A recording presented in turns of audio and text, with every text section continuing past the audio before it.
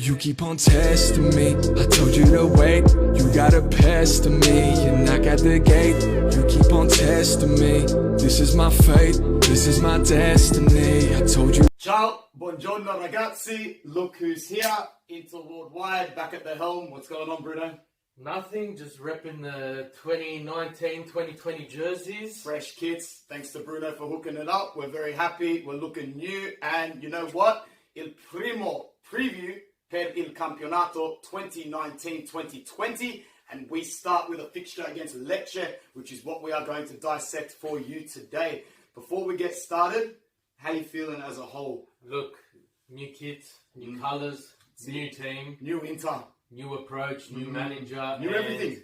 And I just think, you know what? Yeah, I'm probably going to age another 50 years this season, but I just feel, you know, we're not going to be biting our nails at the end of the season to see if we're going to make Champions League or not. Maybe we'll be biting our nails to see, are we going to get the Scudetto? Maybe. If we're biting our nails on the last day of the season trying to fight for the Scudetto, I'll be taking it with a big grain of optimism over whatever awaits. But what's important is looking ahead to Lecce. We are recording this approximately 3 days before the fixture.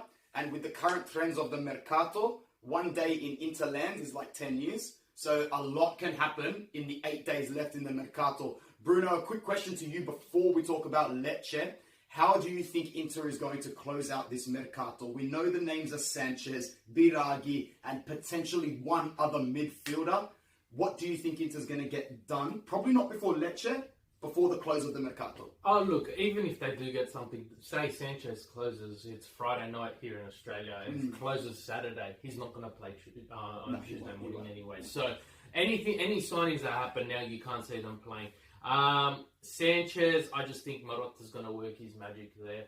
I feel it's going to be a very interesting approach with that one there. I'd love to see him partner up with Lukaku. They both were treated like crap at United, so really would love to see the way they're going to come into the squad together. But Lukaku, I can't be happier with him. Yeah, he looks like a beast. He's a new man, but you look at the rest of the squad, they're basically beautifully fresh, and even Candreva, the beard's gone, he's doing karaoke, he's loving life. So look, I feel Marotta is going to be holding his cards very close to his chest. There will be a strong approach in regards to how Barcelona are going to attack the whole Neymar situation. I feel he's going to wait until they get what they need from that. He's going to wait till the dominance fall, basically. And then he's going to jump in and say, let's get Vidal, let's get Rakitic, let's get someone, because you got to think, $200 million for a player, you got to get rid of someone. Now, Coutinho's gone on loan. He's partnering with Perisic, which is going to be very interesting. But, you know, two former Inter players moving on to Bayern Munich there. But I just feel Marotta, the businessman he is, maybe we've seen the end of this transfer market for Inter, and I just feel the mentality of both Marotta and Conte, they're focusing for January, and they're focusing for July next year.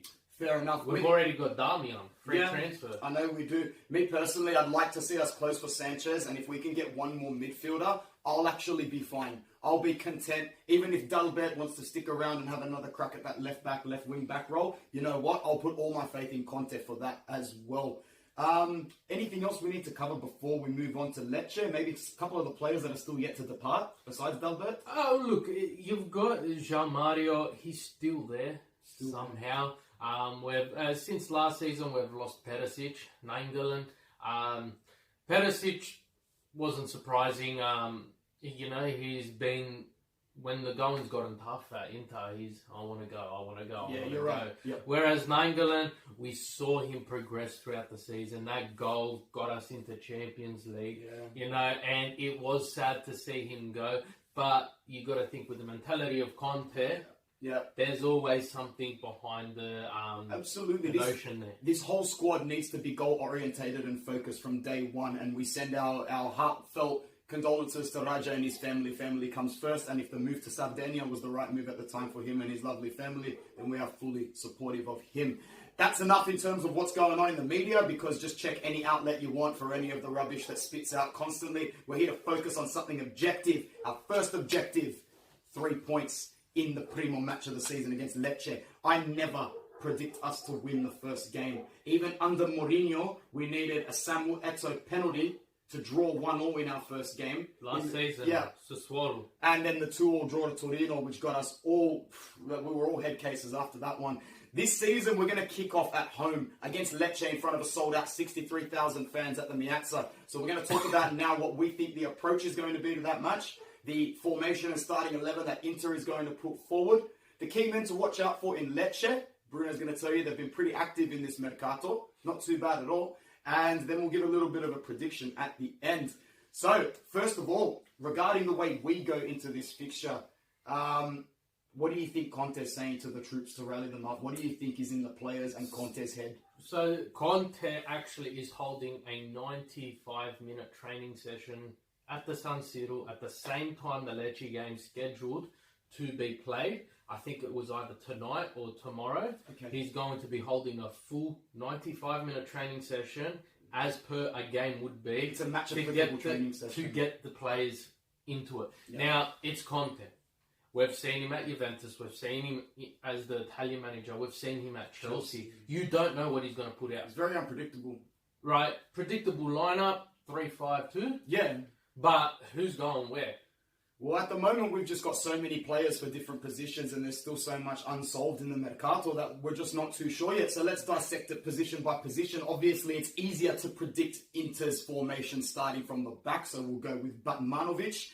You think he's set for a big season of more shot-stopping beauty? I think he is like a wine. Yeah.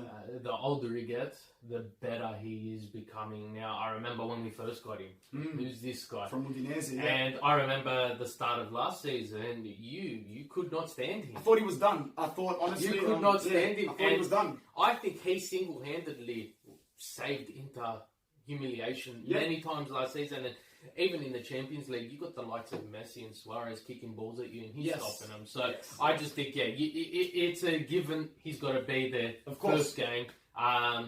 But, we did reinforce the goalkeeping position as well. He's already out on loan, isn't he, Brazil? Brazil, yeah, he's out on loan, but he's supposed to be the next big thing coming out of Brazil. And to be honest, I'm glad we've got him, and we'll see how he progresses in the future. The back three should be pretty clean in terms of Skriniar, De Vrij and Godin, except we have not heard a report since Godin got injured about his respected return date. Bruno might check up on it now, but I'm pretty convinced that he's not going to start the first game of the season, in which case we have a very solid Danilo D'Ambrosio, who I think has really shown everyone in the preseason and under Conte that he can adopt the right-hand side of a back three quite well. He doesn't necessarily have to play the right wing back position, because obviously D'Ambrosio, he has certain characteristics, but if you're counting on him to be a thriving flair attacker on the right-hand side, he will fall short. So I'm very confident of him going into the back three. Would you agree?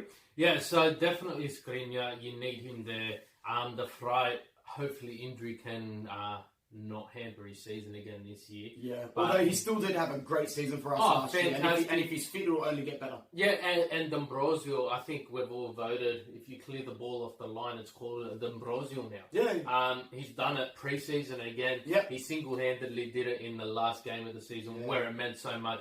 And I just feel under Conte, he's shown a new lease on the field. Absolutely. Not only that, he's one of those players, like a part of that core of Candreva, Asamoah, Dalbert, who, let's face it, they're all teetering around the 6 to 6.5 out of 10 in terms of their quality now. But Conte, the extractor, he is going to get that extra 10 to 15% out of all his players. And a player like D'Ambrosio, his confidence has only gone up last season. Last season might have been a stressful season for our team, but D'Ambrosio will look back at last season and go, man, I made that shit mine last season. And D'Ambrosio is going to be very confident going into this season. And look, we did lose Miranda. He's been there for a while, and he was reliable.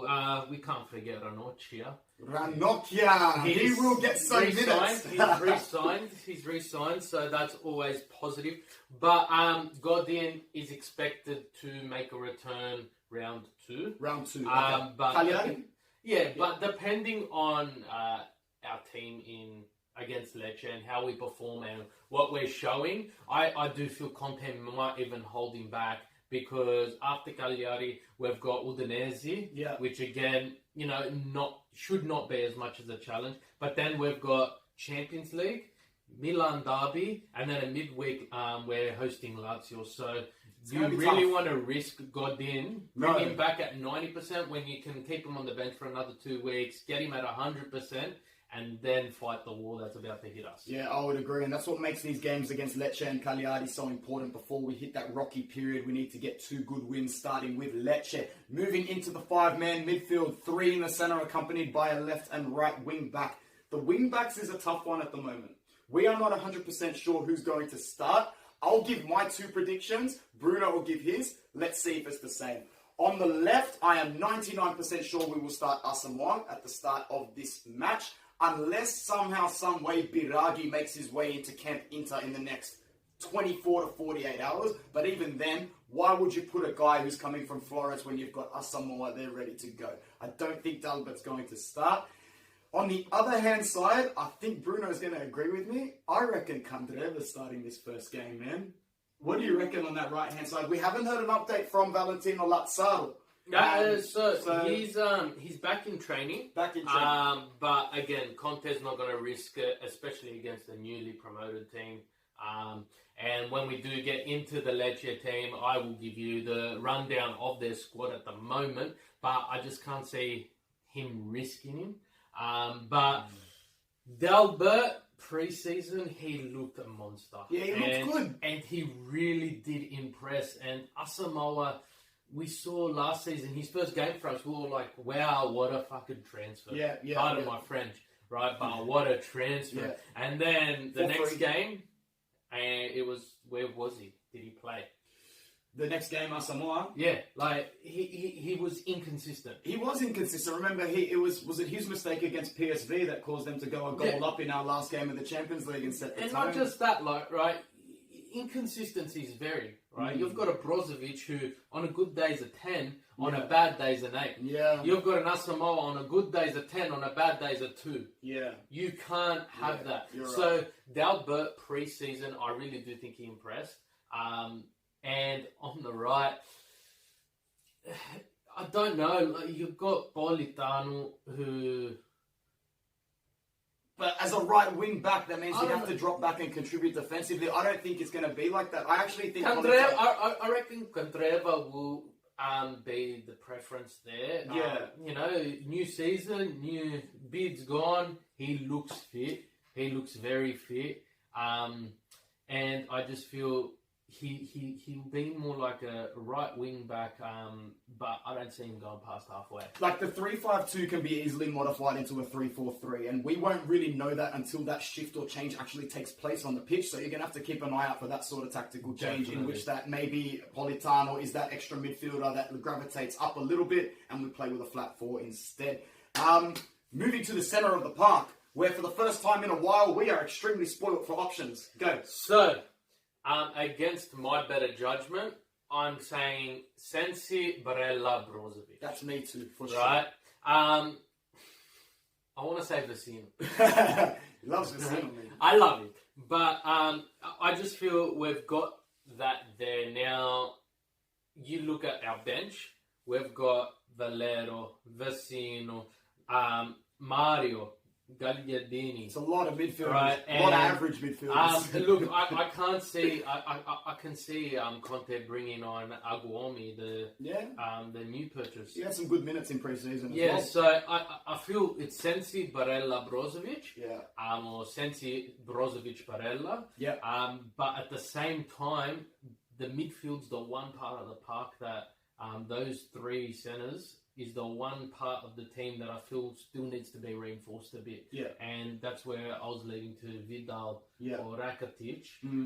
Just earlier on, we need someone else. That's why we both gutted when Nainggolan said goodbye to Inter. I thought he'd still be an instrumental piece of the puzzle, and we'll just have to see what happens. But I'm glad we're on the same page in terms of the midfield. Now, this is where it gets the most interesting. Who is going to play as the 2 attackers for us? Icardi and Icardi. Icardi. Okay. No. I think Lukaku starts. A lot of fans are saying that maybe Lukaku won't play because it's only the first game. Bro, that guy's been ready when he's still in Manchester. He has had his head in round one for Serie A for a while. You saw him. He looks like a tank. There is no way he's going to be benched for the first game. You saw him at the Inter United game in pre-season. Yeah. Straight after the game, he was straight to Conte. Straight to Conte. I think Lukaku starts, and I think Lautaro Martinez starts next to him. We're going to be able to get that taste of those two strikers straight away. Bruno disagrees, maybe? I think Lukaku starts. Yeah. And Esposito. I just feel he wants Esposito to get the minutes. Lecce is the best team to start him. If some reason, and it's very possible with Inter, we go a goal down. Yeah. Martinez will come on. But I just feel who better to start on opening day. But then again, Martinez, he's done no wrong by Inter. He had a great pre-season with Argentina. So good. And, you know, Lukaku, Martinez, Lukaku, Esposito, Martinez, Esposito, we don't know exactly, and it's Conte. We won't know until they're on the pitch kicking off. Pretty much. But before we move on to Lecce, we've got Icardi situation still up in the air. We had a $65 million offer from Monaco. Monaco, yeah. It's a squash straight away. That was squashed straight away. And we also got Napoli. Do you think, 8 days left, do you think he's going? I said this to Bruno before we went on camera. I have no idea anymore. Some part of me thinks that Conte and Marotta have sent Icardi back to Milan and said, you get your ass in tip-top shape because you're starting. You're an integral part of this team. And if the media want to take a field day with you and whatever's happening, let them. They can be underprepared and everyone else can be underprepared when you come back. I don't actually want that to happen. I still want him to leave. I'm just clinging on to whatever optimism might come from Icardi staying because I really don't want to get to the start of the season and see all this drama unfolding, man. Yeah. If he's sitting in the stands with Wanda looking all mopey like he doesn't even want to be there watching his team, we really haven't made any progress from when he sat in the stands last season and refused to play in the Europa League. So, long story short, just diffuse the situation and have a clear identity going forward. That's all I want. So Lecce. Last time we played Lecce was in 2012, January. We drew 1-1. They were relegated from the Serie A that season. Haven't been back since. Sounds about right, bro. Right? Now, Lecce, who are they? Right? We don't know. They've had 5 pre-season games, with one game being the Coppa Italia match. In those 5 games, they've scored 28 goals and conceded 1. Very good. Right. Bet many of you at home didn't realise that. This is going to be harder. This is a lot easier said than done. 8-0, 6-0, 6-0, 4-1 against Frosinone, who were previously in the Serie A, and they won their Coppa Italia match 4-0. Now, 28 goals in 5 games. It's good. Regardless of who you're playing, is good, especially when you're like Lecce. Now, you look at their transfers so far this season. Unfortunately, the news was broken very early on in the at the end of the Serie A season that Palermo were being relegated due to typical Sicilian fashion. They haven't got their books in check once again. Sad for all us Sicilians who'd like to see a Sicilian team back in the top flight, but you know. Sicilian's gone a Sicilian, eh? Exactly. and you look at it, and Lecce's taken advantage of this, and they have raided Palermo. Just looking at here, there is 3 former Palermo players who have joined, 3 former Palermo players who have joined Lecce this season. A lot of loan deals with Serie A teams as well. Sassuolo, Cagliari. Their biggest purchase of the transfer window so far. Lapadula? Yes. Where is it? I just lost it. That's all right. Lapadula's come in, and I think he's going to be their main threat up front. If there's any chance of us conceding some sort of rubbish goal, whether it's off a deflection or something's going to happen, I can almost guarantee you it's going to come from him. So I'm very wary of their attacking presence, but I'm like 99% sure that our defense will be able to handle it.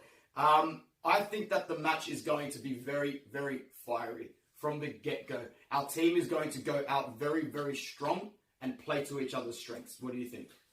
I think we saw with Conte the pre-season, they were friendly games, and he was very critical of the teams. We drew 1-1 with Juventus, and he was not happy. We drew 1-1 with PSG. He was not happy, right? And even against Spurs, he wasn't happy, even though we actually played all right against Spurs. Yeah, and I just feel that's the mentality that Spalletti and the managers before him were lacking. Of course. Right? A point is a point. We didn't lose, right? We got a point. No, 3 points is more, the only result Conte likes. It's all that matters. And even when he gets the 3 points, he's not happy. He's the first person to pull someone into line. Yeah. Now, I feel there is no other result for Inter other than a win. Yep. Anything less than a win, there's going to be a massive reshuffle, and the team we see round 1 will not be the team we see round 2. Not only that, the media will have a field day with it, and we'll just see all that pessimism come back in Camp Inter, which I think every Inter fan will tell you is unwarranted, no matter how much we bite at the news. I'd really love to see AC Milan get 10% of the negative attention in the media that we get, despite them being in an absolute shit fight at their club. But that's all right. Who's in Europe? Who's in Champions League? Who's in Champions League? And they can say it's only 1.1 second, and that 1 second is worth 40 million euro of prize money. So whatever you say. Bruno, just before we wrap up, the almighty prediction that makes us look stupider and stupider every week on this channel. Scoreline, goal scorers. 3-0. 3-0. Lukaku, Barella, Lukaku.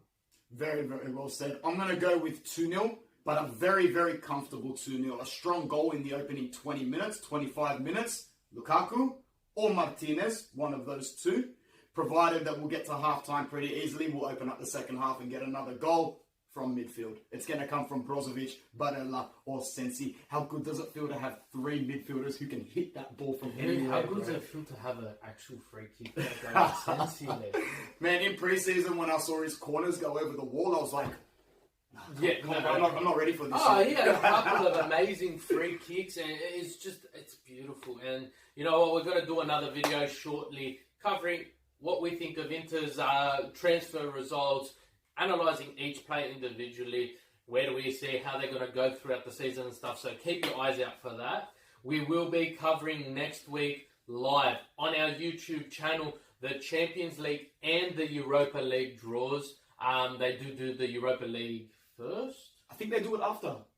After, so look, we'll cover the Champions League. Maybe we'll go to sleep after the Champions League. Yeah. But definitely keep an eye out. We will be doing it. We can't show you it as it happens, but we've got some imagination and we've used our minds here, and we're going to be giving you this nice blank wall here is going to have all the teams, all the pools, everything. So, not only that, if you are looking for the Europa League draw, just tune into Milan Worldwide or something like that. No, they're not in Europa League. They're not in Europa League either. Tune into Lazio, the Lazio Facebook page. Yeah, something like that. All right, guys, from all of us at Inter Worldwide, let's do this new season. Forza Inter. Forza Inter, ciao. Ciao.